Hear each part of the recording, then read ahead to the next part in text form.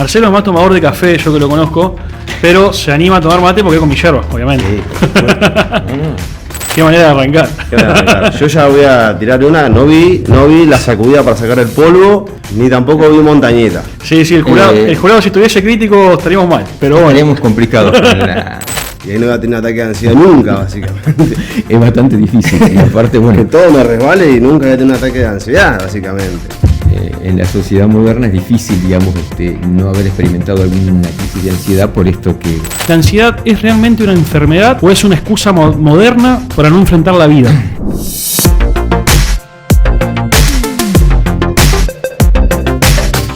Bienvenidos a Cebando Ideas, nuestro primer episodio formal con invitados excepcionales, así que vamos a arrancar. Le voy a dar la palabra a mi compañero Augusto para que pueda presentar al invitado que tenemos hoy. Para mí una enorme alegría presentarlo a este profesional, que aparte es mi psicólogo personal, una persona que admiro, que me ha ayudado mucho y lo considero un amigo. Un honor que esté con nosotros Marcelo Zimmerman. Bienvenido. Gracias, Agus. Gracias por invitarme y bueno, dispuesto a responder lo que ustedes propongan. Lo que nosotros y lo que las personas han participado en nuestras redes sociales, que tenemos preguntas armadas, pero siempre empezamos por el principio.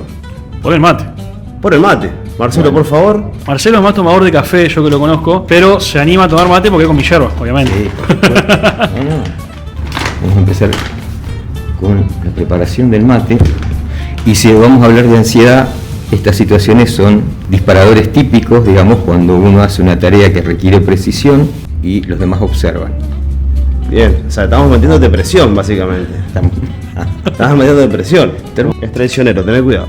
Sí, Como dijo Agus, 78 grados, 78 grados la temperatura. bien.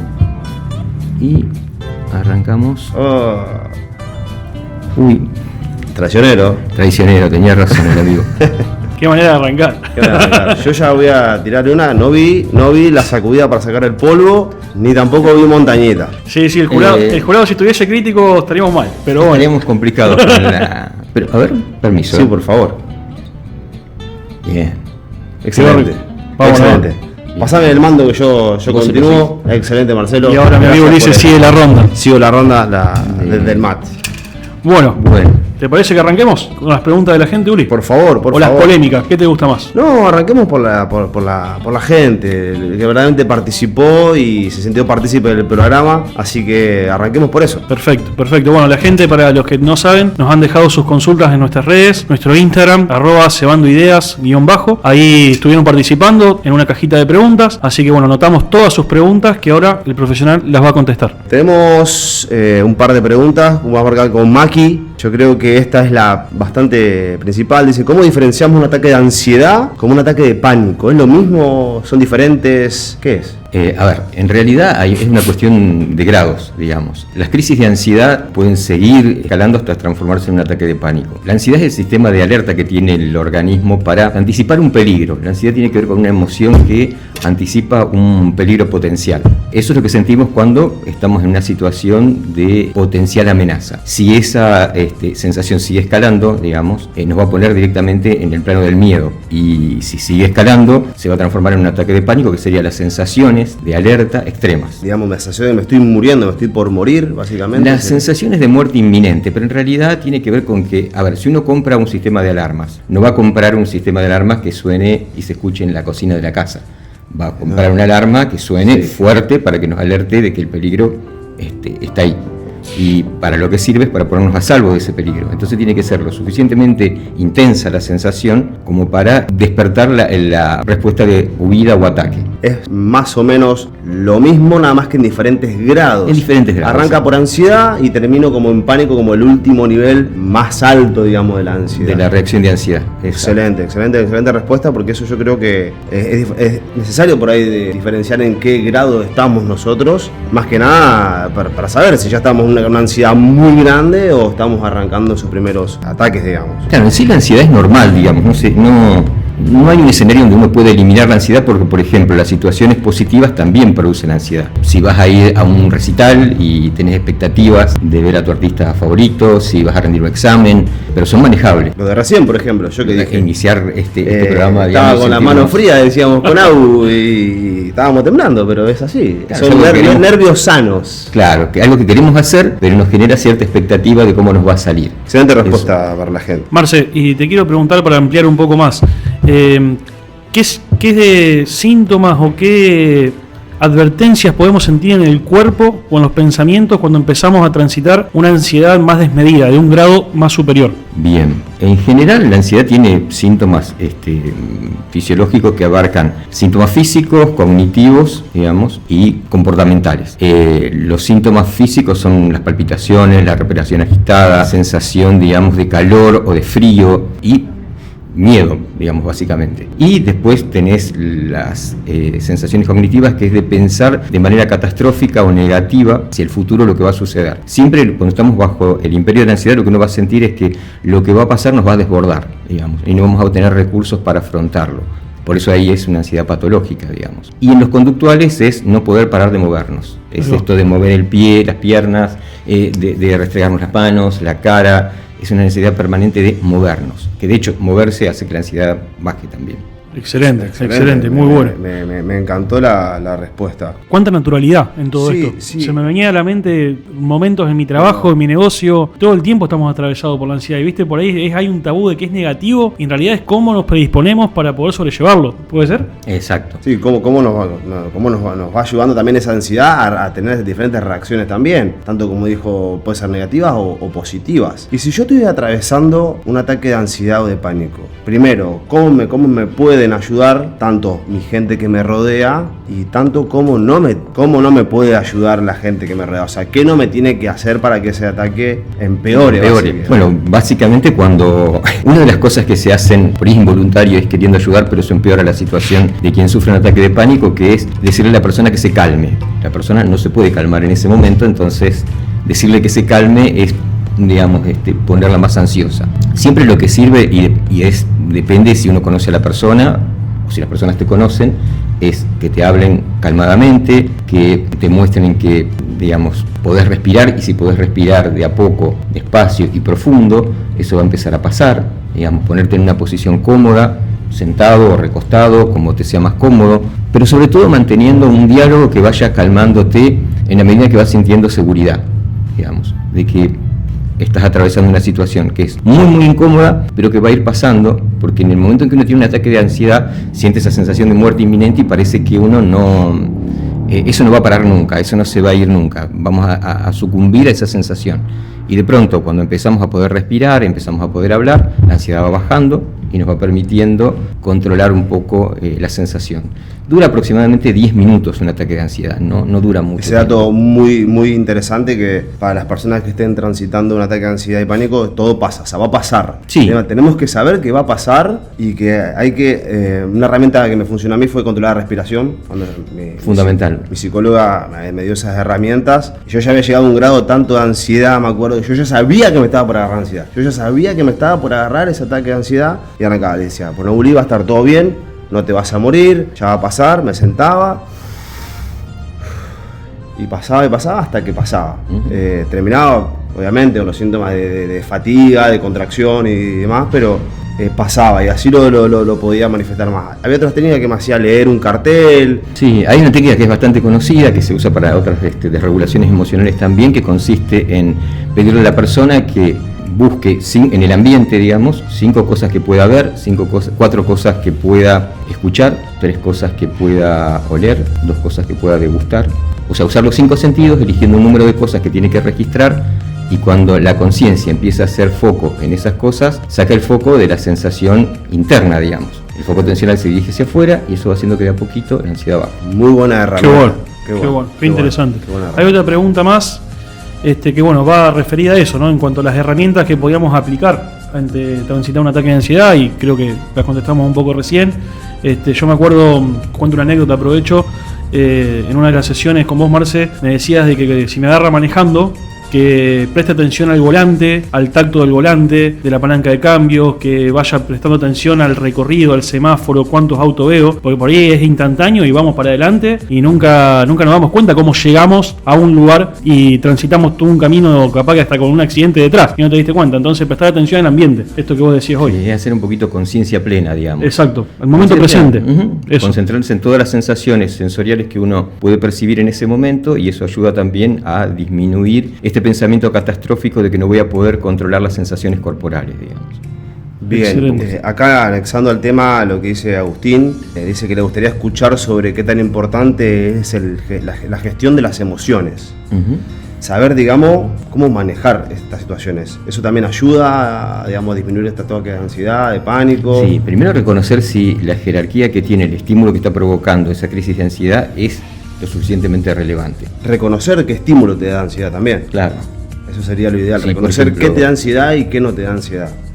Y si esa respuesta, dentro de todo, digamos, esto que nos pasó cuando empezamos el programa, por ahí, sentir algo de ansiedad, digamos, ante las cámaras, cuando estamos en una situación, digamos, de sentirnos observados, está bien, digamos, un monto de ansiedad que podemos tolerar. Ahora, si nosotros estamos frente a esta situación, pero no podemos hablar, o tenemos que caminar por acá, o buscar alguna forma de bajar la ansiedad con movimiento, o con pedir ayuda, sería excesivo al estímulo que estamos recibiendo. Excelente. Creo que también la sociedad, por cómo vivimos, los ritmos que llevamos de vida, de ir de un lugar a otro, los trabajos, generan un ambiente ansioso ya de por sí. Y hay una pregunta muy buena que dice, ¿la ansiedad es realmente una enfermedad o es una excusa moderna para no enfrentar la vida? ¿Qué opinas, Marce? No es una excusa, porque la ansiedad ha existido, digamos, es algo que compartimos también con los demás mamíferos, es una respuesta fisiológica al peligro en realidad, entonces no se trata de una moda. Sí hay una cuestión que se puede pensar como moda por el lado de que hay más difusión acerca de lo que son los trastornos de ansiedad, la gente conoce más, tiene más información y por ahí se anima a decir tengo un trastorno de ansiedad o a contar lo que le pasa.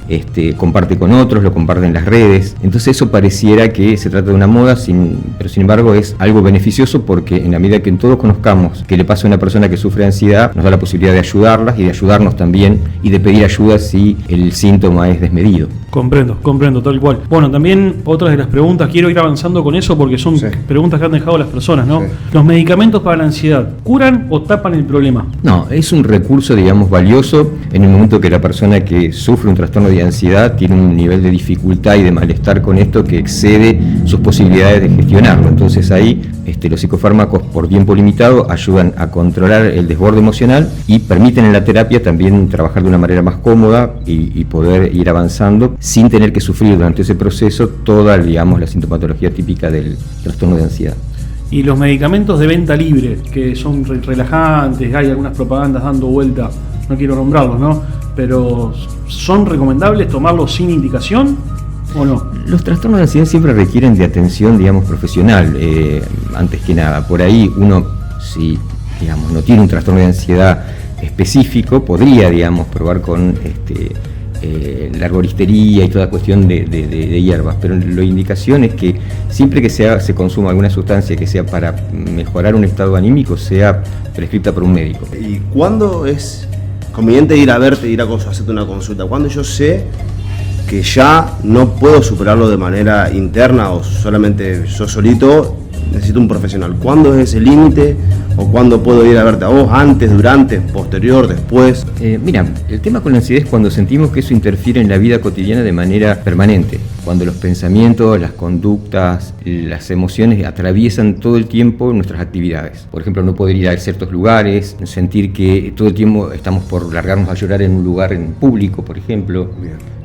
Sentir miedo de cosas que antes no lo sentíamos, estar angustiado, sentir como una sensación de angustia de fondo todo el tiempo. Eso es un indicador donde yo empezaría ya que pasan los días y uno sigue sintiendo esta sensación. Sería un buen motivo para la consulta. Y justo ahí hay otra pregunta que refiere a lo que estás diciendo, Marce. Dicen, ¿es algo genético o es algo de mentalidad débil sentir ansiedad? No tiene nada que ver con la mentalidad débil. Siempre un trastorno de ansiedad tiene componentes, digamos, por un lado, sí, pero biológicos, porque tiene que ver con, si uno tiene familiares con trastorno de ansiedad, probablemente también los tenga o los desarrolle en algún momento, frente a la presión y al estrés. Hay como cierta vulnerabilidad más que debilidad de carácter, una predisposición sumada a experiencias de vida, digamos. Qué interesante esto para las personas que están escuchando, para que no se sientan señaladas o no se sientan por ahí con un problema de autoestima, ¿no? Al tratar estos temas, porque pasa mucho. Yo recuerdo cuando empecé a abrazar mi ansiedad y empecé a hablar de esto, al principio me daba vergüenza decir tengo trastorno de ansiedad o eso, o sufro esto, y un montón de personas que del otro lado seguramente están escuchando deben sentir lo mismo. Entonces está bueno tratarlo con la naturalidad que tiene que tener. Sí, yo también por ahí le comento a personas que sufren de ansiedad que a mí me ayudó mucho contar que yo sufría de ansiedad, que yo sufría de ataque de pánico, que yo estaba de la nada y me empezaba a acelerar el corazón, y yo decía, yo lo contaba, y eso ya, la gente ya sabía que yo sufría de eso, y eso me ayudaba a disminuir mi ansiedad. Más allá después del tratamiento que hice con la psicóloga, que fue genial. Ahora, otra consulta, ¿por qué cada vez hay más jóvenes con ansiedad? ¿Por qué hay tantas consultas por ansiedad? ¿Tiene algo que ver la vida que llevamos, los estímulos, digamos, externos como celular, redes sociales, que sería un lindo tema también para abordar, el tema de las redes sociales y si causa ansiedad o no, también. Uh-huh. Sí, eso sería un capítulo también aparte para tratar. Pero cierto, por ahí el mundo que vivimos hoy, digamos, tiene un bombardeo de estímulos permanentes, digamos, y nunca hemos vivido situaciones como viven los jóvenes de hoy, donde los conocen miles de personas que ellos no conocen y opinan acerca de sus vidas, de su aspecto físico, de su forma de ser. Y eso produce una presión, un estrés, digamos, emocional que suele desencadenar en un trastorno. Muy bien, Marce. ¿Y la ansiedad se cura o tenemos que aprender a convivir con ella siempre?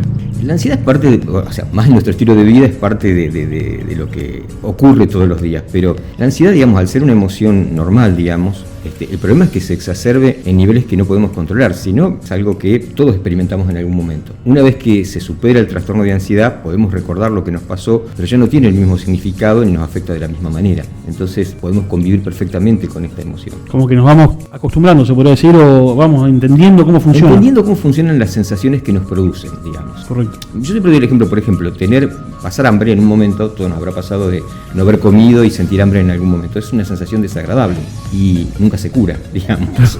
Se soluciona comiendo.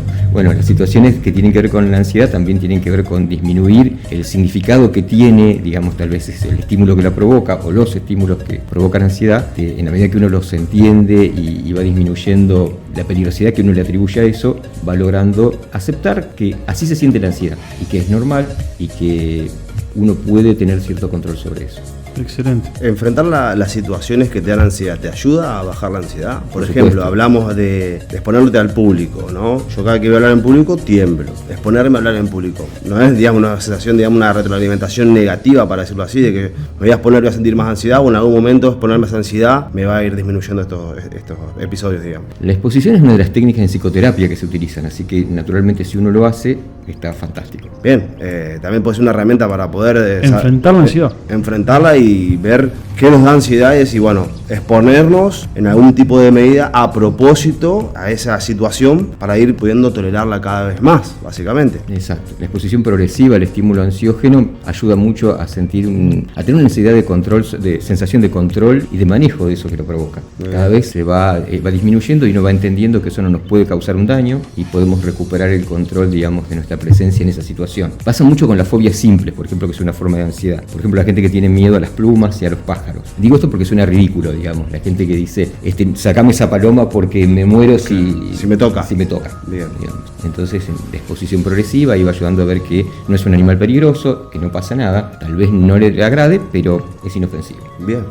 Muy bueno. A mí me surgió una duda con esto que hablábamos al principio de los diferentes niveles hasta llegar al pánico, y hablamos de cómo poder intervenir o colaborar a alguien que esté transitando, ¿no? Esto de hablarle amorosamente, darle la sensación de seguridad, que entienda el contexto, que esté en el momento presente. Pero cuando la persona se desbordó y quizás nos pide ayuda en el momento ya del ataque de pánico en sí, que ya la sensación de muerte es inminente para esa persona, ¿la técnica es la misma o hay que hacer otro recurso? No, ahí ayuda a acompañar a esa persona a respirar, digamos, en general. La respiración. La respiración está buena. Otra cosa que sirve si estamos en un lugar, en casa, por ejemplo, y eso le ocurre a una persona que casa, es usar agua fría, agua muy fría con hielo. Si uno sumerge la cara en agua fría en ese momento, si está en condiciones de hacerlo, por supuesto, claro. el hecho de tomar contacto al rostro con el agua helada produce como una sensación, digamos, produce un estrés que hace que la ansiedad baje. Bien. Y otra pregunta que me surge también hacerte. ¿Cómo me doy cuenta si estoy en una relación, cualquiera sea, de pareja, de amistad, familiar, de ansiedad constante que me pone mal? O genera, la propia relación es basada en la ansiedad. ¿Cómo lo podemos identificar? Porque esa relación, digamos, produce más sensaciones displacenteras que recompensa, digamos. Cada vez que estamos con esa persona, cuando nos vamos de ese encuentro, nos queda esa sensación de inquietud, de incomodidad y nos llena de pensamientos negativos. Hay que ver si eso tiene que ver con una interpretación nuestra de la situación o si de verdad esa persona está generando en nosotros ese sentimiento. Muy bueno. Una relación tóxica sería, Claro. una relación tóxica. En general una relación tóxica suele ser... Ahí sirve mucho escribir, digamos. Escribir qué me pasa cuando estoy con él, con ella, digamos. ¿Qué siento? ¿Qué siento? O sea, Enojo, rabia, amor, notando todo y puedo más que nada después leer cómo me sentí para hacerlo más consciente, calculo. claro, permite tomar distancia con la emoción y entender qué siento, digamos, y poder interpretarlo, digamos. Bien. Ahora que estamos ya en este siglo XXI y yo creo que voy a hablar de otra cosa, pero el consumo de drogas de los adolescentes, tanto de marihuana como drogas sintéticas que están en el auge de la fiesta electrónica, eso, lo que es drogas, ¿ayuda a estos ataques de ansiedad? ¿Los baja? ¿Los sube? ¿Cómo funcionan las drogas con...? Y depende de la sustancia psicoactiva que uno consuma, pero casi siempre van a terminar. Si uno tiene una predisposición a la ansiedad o está atravesando un trastorno de ansiedad, el consumo de drogas va a aumentar los episodios, digamos, ya sea cuando termine, digamos, los efectos, digamos, por una especie de... La mayoría de las drogas lo que hacen es actuar sobre la dopamina, como por ejemplo la cocaína, es más común. Cocaína, marihuana, lo que sea. Los receptores de dopamina, digamos, se estimulan y se produce como una depresión, como un vaciado, digamos, de dopamina en los sistemas, digamos, de transmisión. Y eso provoca la sensación de craving, de abstinencia. Casi siempre ahí se produce una crisis de ansiedad, típicamente, digamos. O sea que eso que dicen por ahí, algunos dicen, yo me fumo un porrito para bajar la ansiedad. ¿Es mentira entonces? Tal vez en ese momento sí, pero digamos, si tengo que volver a hacerlo, evidentemente no está funcionando. Claro. O sea, si todos los días tengo que fumarme un porrito para bajar la ansiedad, Bien. No sería la idea, digamos. Así que, Es justificar la causa con la ansiedad, es lo que estábamos hablando hoy. ojo con las drogas. Está. Pero sí, porque se escucha mucho eso, Sí, por eso. del recurso más que nada de la marihuana para bajar estos ataques o episodios de ansiedad. Sí. Entonces estamos retroalimentando a esos ataques, digamos, y no viendo la causa que puede ser estar con mi pareja, básicamente, lo que me está causando ansiedad. Exacto. Muy bien. No, Marce, ¿por qué, una pregunta acá, hay personas que sufren ataques de pánico y otras no? ¿O no conocen lo que es un ataque de pánico? Bueno, por esto que te contaba que tiene que Por la darse... subjetividad del estímulo de la ansiedad, básicamente. Es como si fuera, a ver, ¿viste el cubo de Rubik que vos lo girás y podés producir distintas caras? Es como si, digamos, se completa la cara de la predisposición genética, la de experiencias tempranas que facilitan la ansiedad y la de un entorno ansiógeno, probablemente esa persona sí o sí desarrolle un trastorno de ansiedad o puede llegar a tener un ataque de pánico. Si no se cumplen todos esos criterios, tal vez transites toda tu vida sin haber experimentado un trastorno de ansiedad. Sí, básicamente aprender a que todo me resbale, básicamente. Y ahí no voy a tener ataque de ansiedad nunca, básicamente. Es bastante difícil y aparte, bueno... Que todo me resbale y nunca voy a tener un ataque de ansiedad, básicamente.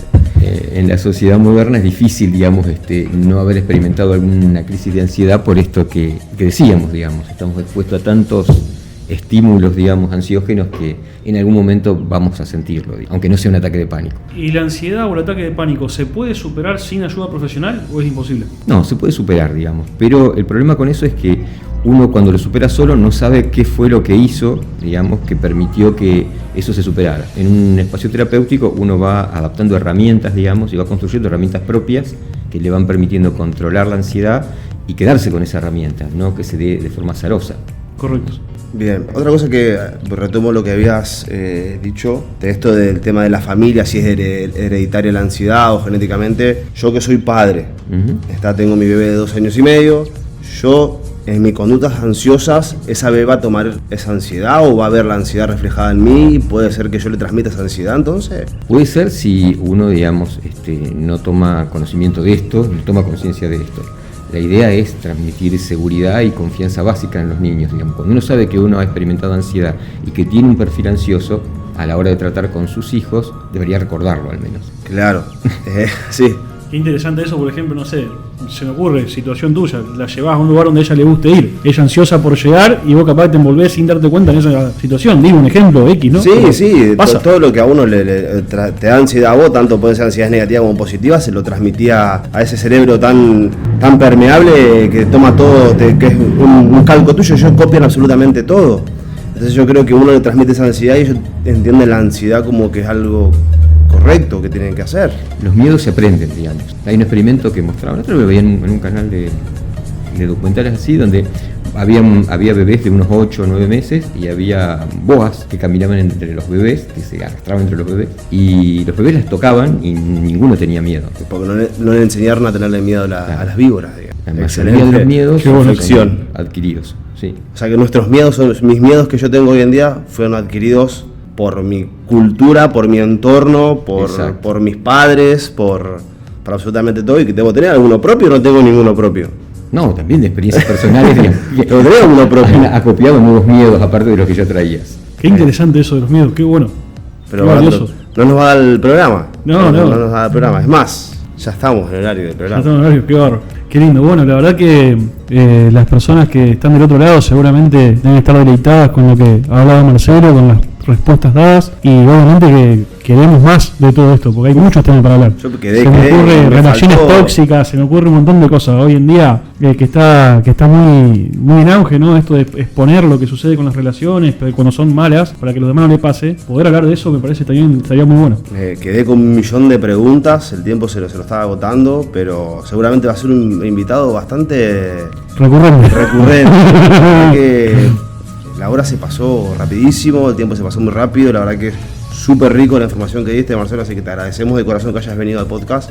Un recurso valiosísimo, yo creo que la salud mental hoy está, hablábamos con Abu el episodio pasado, es el 80%, 90% de la salud mental, creo que es todo, o hasta el 100%, eso lo podés refutar vos, es todo. Estamos mal de acá, está absolutamente todo mal, estamos bien de acá y nos parece la vida maravillosa. Exacto. Así que gracias por eso.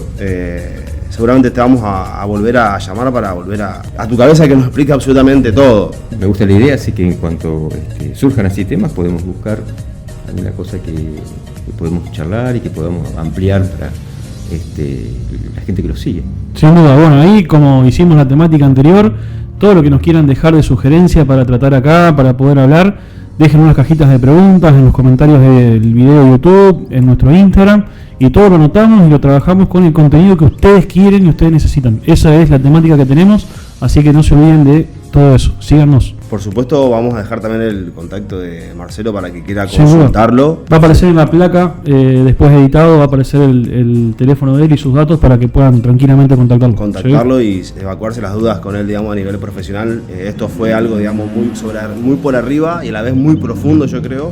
Pero el que tiene verdaderamente las herramientas es el profesional.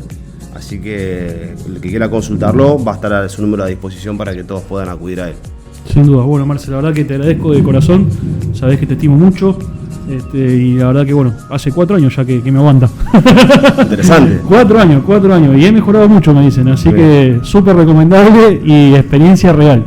Gracias, Marcelo. Gracias a ustedes por invitarme y bueno, quedo abierto también a nuevos encuentros, a tratar nuevos temas y la verdad que fue una experiencia muy linda venir a acompañarlos acá, es muy amena, la verdad que me gustó mucho, gracias. Genial, por favor, dale el regalito, Uli. Este es un regalito de uno de nuestros sponsors oficiales, nuestra raíz. Ah, buenísimo.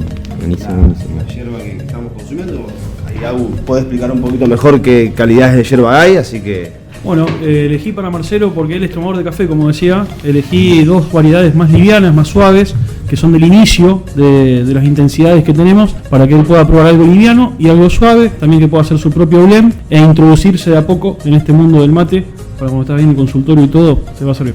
Buenísimo. Gracias. Gracias. También, para cerrar también el podcast, agradecer a todos los patrocinados que tenemos, de nuestros sponsors, que si no fuera gracias a ellos, esto no podría tampoco surgir. Así que también van a quedar todos nombrados acá abajo en sus respectivos números para que puedan llamarlos. Así que gracias y esto es Cebando Ideas. Chau, gracias.